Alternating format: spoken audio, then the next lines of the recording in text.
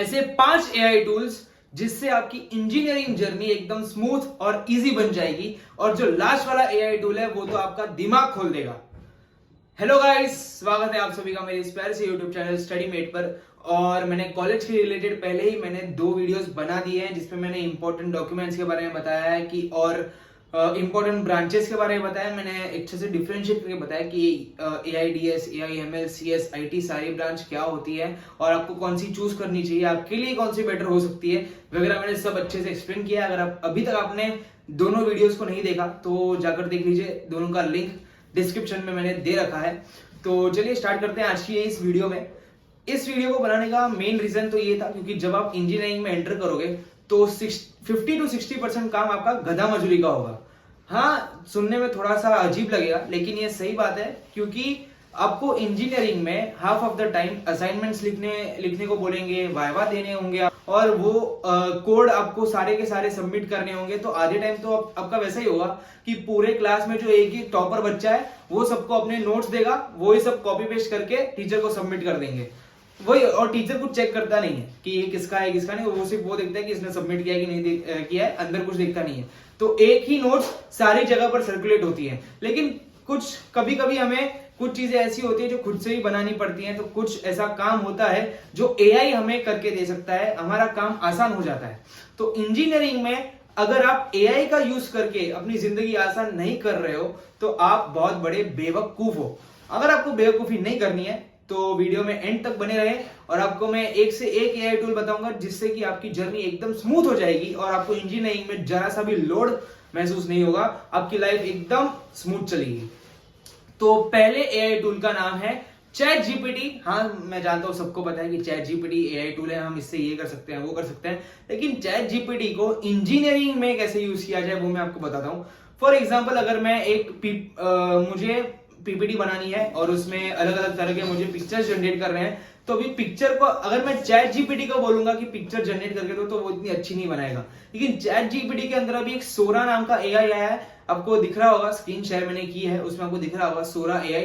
सोरा से मैं कोई भी अलग अलग तरीके अतरंगी तरीके के मैं पिक्चर्स जनरेट करवा सकता हूं। फॉर एग्जांपल, यहां पर मैंने एक डॉग वेयरिंग अ हेलमेट, एकदम अतरंगी जो मेरे दिमाग में आया मैंने वो लिख दिया प्रॉम्प्ट में और मुझे अच्छा एक इमेज मिल गया कि एक डॉग है जिसने एक हेलमेट पहना हुआ है, वैसा एक मुझे इमेज मिल गया।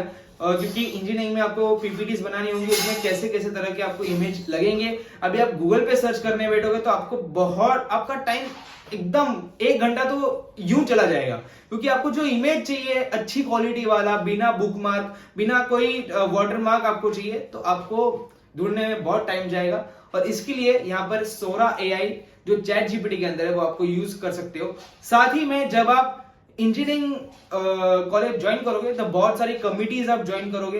कमिटीज में बहुत सारा क्रिएटिव काम होता है जिसके लिए आपको कैनवा की जरूरत पड़ती है। अगर आप कमिटीज ज्वाइन नहीं भी करते हो तो ऐसे बहुत सारे इवेंट्स आएंगे जहां पर आपको कैनवा की जरूरत पड़ेगी। कभी कभार सिलेबस में भी कभी कभार आपको कुछ एडिट वेडिट करना हो, पीपीटी बनाना हो, रिसर्च पेपर वगैरह सब बनाना हो तो आपको कैनवा की जरूरत पड़ सकती है। रेज्यूमे बनाना हो तो आपको कैनवा की जरूरत पड़ सकती है। तो उसमें आप चैट जीपीटी का यूज कर सकते हो। चैट जीपीटी और कैनवा लिंक्ड है। हाँ, चैट जीपीटी के अंदर कैनवा नाम का एक आपको सेक्शन दिखेगा जहां पर आप उसकी हेल्प से अपने नए नए टेम्पलेट्स बना सकते हो और आप अपना काम इजी कर सकते हो। ये तो चीज हुई सारी एडिटिंग के लिए। अब बात करते हैं थोड़ा सिलेबस बेस्ड। अब इंजीनियरिंग में आपको नोट्स दी जाएंगी 50 to 60 पेजेस की आराम से और आप पढ़ने वाले हो एग्जाम के 3 से 4 दिन पहले। अब 3 से 4 दिन पहले पूरा पीपीटी आप अगर पढ़ने बैठोगे और वो भी पीपीटी में जो लैंग्वेज होगी वो बहुत हार्ड होगी, अलग एकदम हार्ड लैंग्वेज, आपको वर्ड बोले ना कि गूगल पर सर्च करने पड़ेंगे इसका मीनिंग क्या है। तो अभी उस अतरंगी एकदम बोरिंग पीडीएफ को इंटरेस्टिंग वे में कैसे पढ़ा जाए वो आपको चैट जीपीटी हेल्प करेगा। आपको सिंपली उस पीडीएफ को चैट जीपीटी में डालना है और लिखना है कि explain this PDF in a easy way in detail. आपको वो पूरा पीडीएफ एकदम डिटेल में समझा के दे देगा और वो भी पॉइंट वाइज, कुछ मिस नहीं करेगा। अगर आपको उसको पीडीएफ में कन्वर्ट करना है तो आप वो भी कर सकते हो। तो ये जो छोटी छोटी चीजें हैं जो आपको चैट जीपीटी हेल्प कर सकता है। अब बात करते हैं सेकंड AI के बारे में और जिसका नाम है क्लॉड AI। क्लॉड AI भी समवॉट चैट जीपीटी के ही जैसा है, लेकिन चैट जीपीटी से थोड़ा सा बेहतर है, क्योंकि जब आप इंजीनियरिंग कॉलेज में जाओगे तब आपको कोडिंग भी करनी पड़ेगी, थियोरेटिकल वर्क भी करना पड़ेगा, रिसर्च बेस्ड वर्क भी करना पड़ेगा। Chat GPT research based work और कोडिंग में अच्छा है, बहुत अच्छा है, लेकिन कुछ हद तक वो आपको उसमें थोड़ी थोड़ी मतलब बोलते हैं ना सफिशिएंट, मतलब आप एकदम सेटिस्फेक्शन महसूस नहीं करोगे कि यार मुझे ऐसा और बेहतर चाहिए और बेहतर चाहिए, आपको ऐसा फील आएगा। लेकिन अगर आपको सेटिस्फेक्शन चाहिए कि अगर आपने ये कोड लिखा है आपको और अच्छा एकदम बेस्ट कोड चाहिए, तो आप पहले चैट जीपीटी पे ट्राई करो, उस पे ना मिले तो आपको क्लॉड पे तो 100% मिल जाएगा। क्लॉड रिसर्च बेस्ड है, एनालिटिकल है, आपको एकदम डीप में समझा के देगा, एकदम एनालिसिस बेस्ड समझा के देगा। तो अगर आपको चैट जीपीटी से संतुष्टि ना मिले कि ये आंसर थोड़ा सा और अच्छा हो सकता है, ये कोड और थोड़ा सा अच्छा हो सकता है, तो आपको अगर बेस्ट चीज चाहिए तो आप क्लॉड एआई भी चूज कर सकते हो। क्लॉड एआई भी एकदम same to same ChatGPT के जैसा है, लेकिन उसमें सोरा और कैनवा जैसे जो हमें इंटीग्रेटेड टूल्स होते हैं वो नहीं मिलेंगे। क्लॉड पे सिर्फ आपको थियोरेटिकल काम मिलेगा, लेकिन वो बहुत अच्छा मिलेगा। आप मैंने जो बोला कि पीडीएफ इंपोर्ट करके आप उसको प्रॉम्प्ट दे सकते हो कि explain this PDF in easily way, आपको वो पूरा पीडीएफ एकदम इजी लैंग्वेज में समझा के देगा, थोड़ा सा डिटेल में समझा के देगा। अगर आपको उसे पीडीएफ में कन्वर्ट करना है, और पीडीएफ भी एकदम डिजाइन वाला पीडीएफ, बोरिंग पीडीएफ नहीं। चैट जीपीटी आपको बोरिंग पीडीएफ देगा, लेकिन क्लॉड एआई आपको एकदम डिजाइन वाला पीडीएफ देगा, जिसको देख के आपका मन खुश हो जाएगा।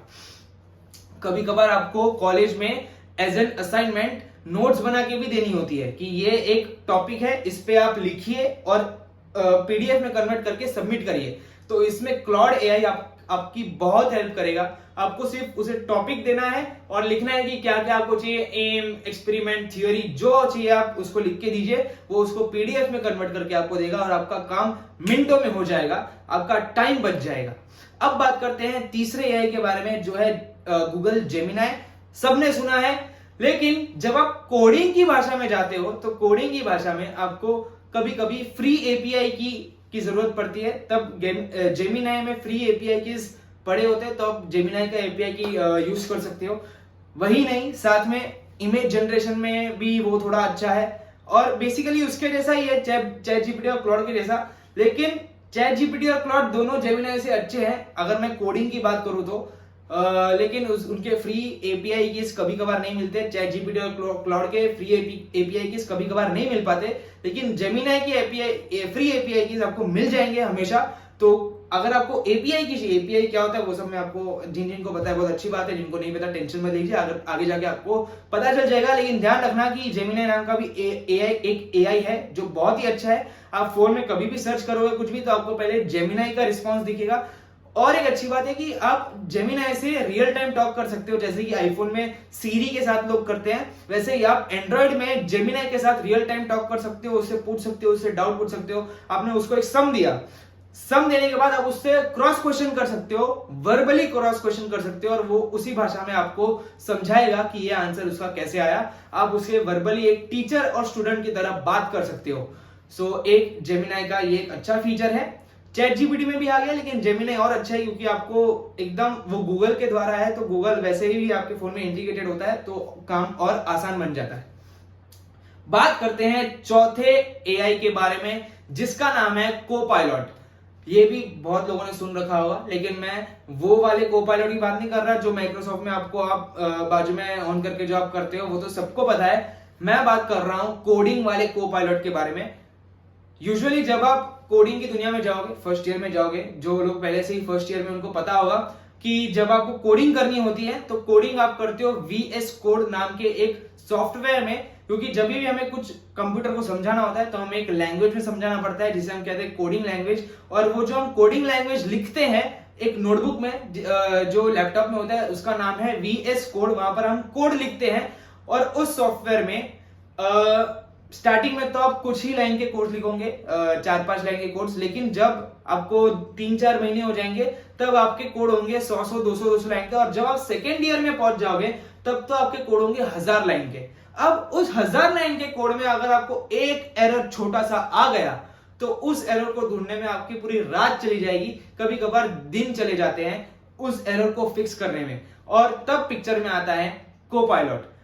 को पायलट का आप ऐसे इमेजिन कर सकते हो कि आप टोनी स्टार्क हो और वो आपका फ्राइडे है या फिर ईडेथ है, आपका एआई है जो आपके साथ ही बैठ के बोलते हैं ना कि आप अपने चेयर पर बैठे हो और यहाँ पर आपका एआई बैठा है। जब भी आप कोड कर रहे हो, एरर आ रहा है, आप उससे पूछ सकते हो वो एरर कहाँ है, वो एरर तो बताएगा। आप उसको बोल भी सकते हो कि ये एरर फिक्स कर दे, सॉल्व कर दे, ये जो मुझे प्रॉब्लम दिख रही है मेरे कोड में उसे सॉल्व कर दे, वो अपने आप सॉल्व कर देगा।